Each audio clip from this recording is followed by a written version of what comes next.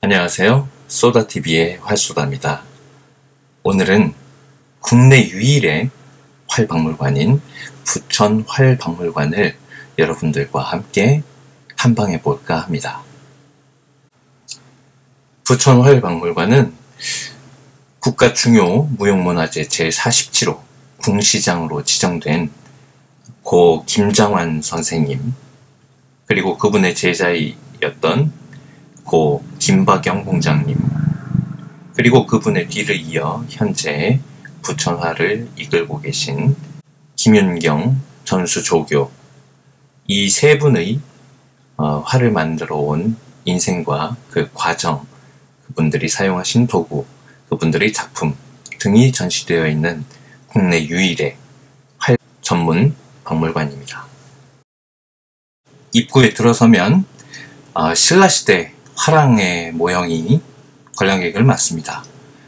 활은 삼국시대 활을 제대로 재현해 놓지 못했습니다. 다양한 화살촉들입니다. 돌로 된 석촉도 있고 흑요석으로 된 화살촉도 보이죠. 그리고 예로부터 우리나라는 쇠뇌, 노가 아주 유명했었습니다. 신라의 천보노도 상당히 유명했죠. 여기에 전시된 것은 우리가 흔히 순옥이라고 부르는, 또 부인노라고도 부르는, 굉장히 손쉽게 장전하고 발사를 할 수 있는 쇠뇌가 전시되어 있습니다. 전시장 우측 벽면에는 거대한 신기전이 있습니다. 신기전은 일종의 로켓병기라고 할 수 있는데요. 화살에 추진용 화약과 폭발하는 장약을 달아서 적에게 빠르게 날아가 폭발하는 현대적인 로켓의 시초라고 볼 수 있습니다.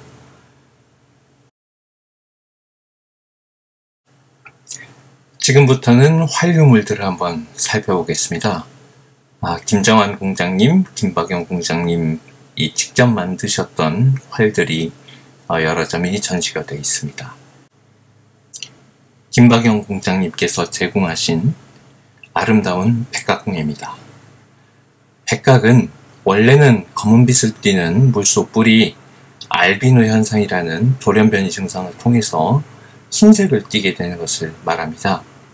가공하기에 따라서는 반투명해 보이게 되고요. 성능보다는 보기에 좋은, 신미성이 뛰어나서 장식성이 높은 활로 만들어지게 되는 것이죠. 김박영 공장님께서 제공하신 미사용 상태의 활이라서 아주 옛 방식의 제공 모습을 잘 확인할 수 있습니다. 아름다운 원형으로 말린 이 활은 역시 김박영 공장님께서 제공하신 흑각궁입니다. 흑각궁은 길다란 물소뿔을 사용한 활로 흔히 각궁이라고 말하면 이 흑각궁을 일컫게 됩니다. 요즘과는 다른, 아마도 1980년대쯤에 제공된 것으로 보이는데요. 비교적 이전 형태의 활 마감을 잘 확인할 수 있습니다. 전체 길이가 약 6자, 즉 성인 남성 키를 훌쩍 넘을 정도의 거대한 이 활은 예궁입니다. 예궁은 대사례 같은 임금이 주관하는 활쏘기 의식에서 사용됐던 활입니다. 너무나 거대하고 실제로 쏘는 활이라기보다는 사예를 상징하는 기물로서 활용되었습니다. 김박영 공장님이 재현하신 작품입니다. 이 화살은 북한 자강도 지역에서 발견된 고구려 시대의 화살촉을 재현한 것입니다. 화살대 역시 기록에 남아있는 대로 광대살이 나무를 통해서 만든 이른바 호시를 재현한 것으로 보입니다. 이 화살촉은 청주 지역에서 발굴된 백제 화살촉을 재현한 작품입니다. 동시기임에도 불구하고 고구려와는 그 모양 생김새가 사뭇 달라서 두 나라 화살을 비교해 보는 것도 재밌을 것 같습니다. 상대적으로 남쪽이기 때문에 나무 대신 대나무를 사용한 것이 눈에 띕니다. 이번에는 신라의 화려한 고분들에서 발굴된 유물을 바탕으로 재현된 신라 화살촉입니다. 부월촉이라고 부르는 납작한 화살촉은 삼국이 공통으로 많이 사용했음을 알 수 있고요. 특이한 것은 맨 마지막에 보이는 길쭉한 화살촉인데, 이것은 갑옷을 깊숙이 뚫고 들어가서 적에게 상처를 입히기 위한 형태입니다. 다음에 보실 것은 통일신라 시대의 화살촉입니다.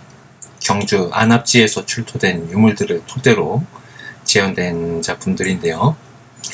마지막에 두 개가 좀 특이하죠? 이것은 관통 후 뾰족하게 옆으로 삐져나온 미늘들을 통해서 쉽게 뽑히지 않도록 또는 상처를 더 크게 만들기 위한 형태로 보입니다. 이 화려하고 멋진 화살들은 신전이라고 부릅니다.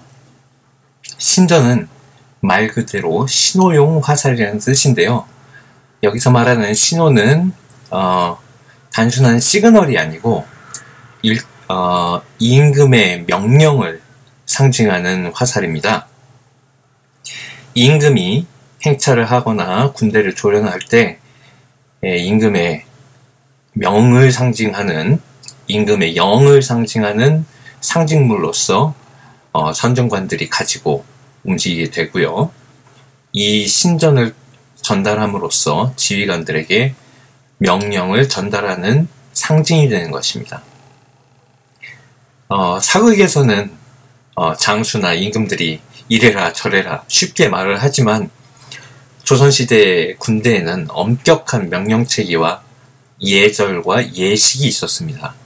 이 신전은 국왕의, 임금의 권위와 권능을 상징하는, 그 지엄한 명을 따르라는 그런 상징물이었던 것이죠. 자, 이제 최종병기 활을 통해서 너무나 유명해진 편전입니다. 편전은 애기살이라고도 부르고요. 통화라고 불리는 나무 대롱에 끼워서 사용을 하게 됩니다. 짧은 길이의 화살을 통해서 좀 더 빠른 속도로 날아가서 관통력을 높이고, 속도가 빠르기 때문에 눈에도 잘 보이지가 않게 되는 거죠. 여기 전시된 편전은 제가 본 제현품 중에 가장 제대로 만들어진 편전과 통화 전시품이 아닐까 싶습니다. 아름답게 잘 만들었네요. 다음에 살펴볼 화살은 울림통이 달려서 날아갈 때 삐우 하는 소리를 내는 효시입니다. 효시는 우리가 사용하는 국어 중에 무슨 일의 효시가 되었다, 신호탄이 되었다 라는 말의 어원이 되는 그런 물건입니다. 전쟁 때 전쟁의 시작을 알리거나 서로 약속된 신호를 보내기 위해서 사용하는 장비고요. 보통 도자기나 짐승뿔 또는 금속 등을 통해서 울림통을 만듭니다. 이 울림통을 촉 바로 뒤에 달아서 비행하면서 높은 휘파람 소리를 내게 되죠. 여기에는 뿔과 황동으로 만든 울림통이 달려있는 효시가 전시되고 있습니다. 이제 보시게 될 것들은 다양한 연습용 화살입니다. 먼저 맨 위에 나무로 된 화살촉이 달린 화살은 박두전이라고 부릅니다. 박두전은 안전을 위해서 날카로운 화살촉 대신 나무 촉을 띄운 것으로 연습을 위해서 천으로 된 관역인 솔포에 쏘거나 또는 사냥을 할 때 일반적인 화살은 짐승을 너무 쉽게 관통해 버리기 때문에 짐승들을 온전히 잡기 위해서 나무로 된 박두전을 사용하는 경우가 많았습니다. 사냥에서요.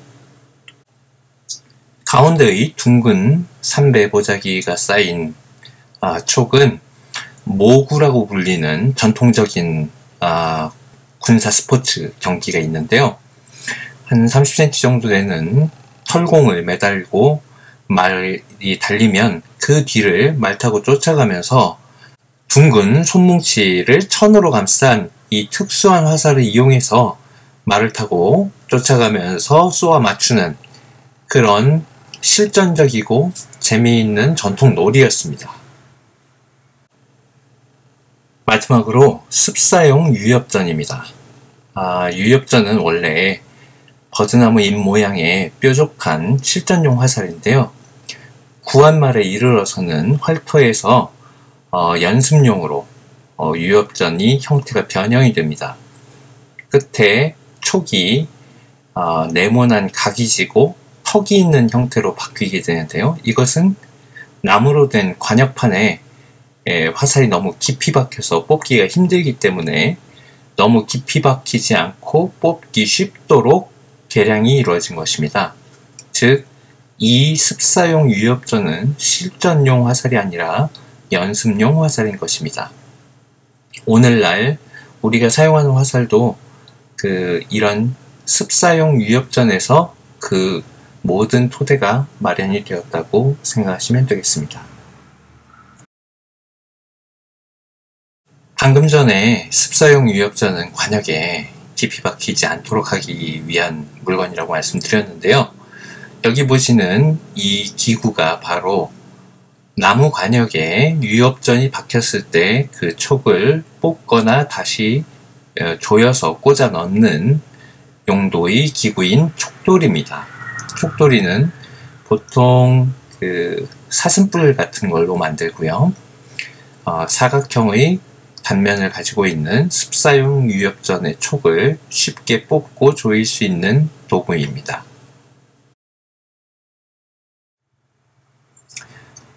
왼쪽에 보이는 완대라는 것은 보통 메뚜기 팔찌라고 활토에서는 쉽게 많이 부르는데요. 최근에는 한복을 입는 일이 별로 없어서 그런 풍속이 사라져서 사용될 일이 많지 않습니다만은 소매통이 넓은 한복을 입고 활을 쏠 때는 반드시 필요한 필수품이었습니다. 고궁, 삼직근 등으로 불리는 깔찌는 각궁을 쏘는 공사들에게는 필수품이죠. 활을 안전하게 보관하는 데 사용되고요. 이 깔찌는 김박영 공장님 건데 제가 사용하는 것과 아주 흡사하네요. 자, 활박물관에는 이렇게 활과 화살 외에도 활과 관련된 다양한 유물들이 전시되어 있습니다. 조선시대의 활들 보유에 관련된 고문서라든지 다양한 활 쏘는 모습들이 기록된 그림도 있고요. 그리고 무엇보다도 임금이 직접 주관하는 활쏘기 예식인 대사례의 모습을 그린 대사례도 또 전시가 되어 있고요. 대사례도에서 보면 맨 위에 임금이 앉는 어좌에는 임금의 모습이 그려져 있지 않습니다. 존귀하신 분이기 때문에 예전부터 조선시대에서는 임금의 용안을 이런 기록화에 그려넣지 않죠. 그리고 치열하기로 소문났었던 울산성 전투의 모습을 일본 화가가 그린, 일본의 입장에서 그린 그림도 소개가 되고 있습니다. 전형적인 일본화의 형식을 띠고 있어서 마치 만화처럼 묘사하는 게 특징인데요. 일본 입장에서는 적군인 조선군이 아주 압도적으로 보이도록 전원이 다 갑주로 무장을 하고 활과 병장기들을 들고 있습니다. 일본의 시각에서 그려졌기 때문이죠. 끝으로 김장환 선생님의 동상을 볼 수가 있었습니다. 김장환 선생님은 우리나라 각궁의 3대 갈래인 장궁방, 부천활, 그리고 예천활 중에서 일찍 사라진 장궁방을 제외하면 현재 그 명맥이 유지되고 있는 부천활과 예천활 중 부천활의 르네상스를 이끌었다고 말씀드릴 수 있는 분입니다. 김장환 선생님은 본인 스스로 활을 쏘는 궁사이기도 했고요. 망막 강궁을 아주 잘 쏘시기로 유명했다고 합니다.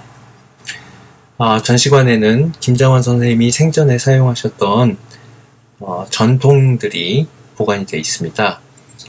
소박하지만 또 기품이 느껴지는 그림과 성명이 또렷이 남아 있어서 아주 우리 활의 르네상스를 이끌었던 김장환 선생님의 발자취를 느껴볼 수 있는 좋은 전시물이고 좋은 기억이었습니다. 여러분들도 부천에 방문하실 일이 있으시다면 꼭 한번 찾아보시기 바랍니다.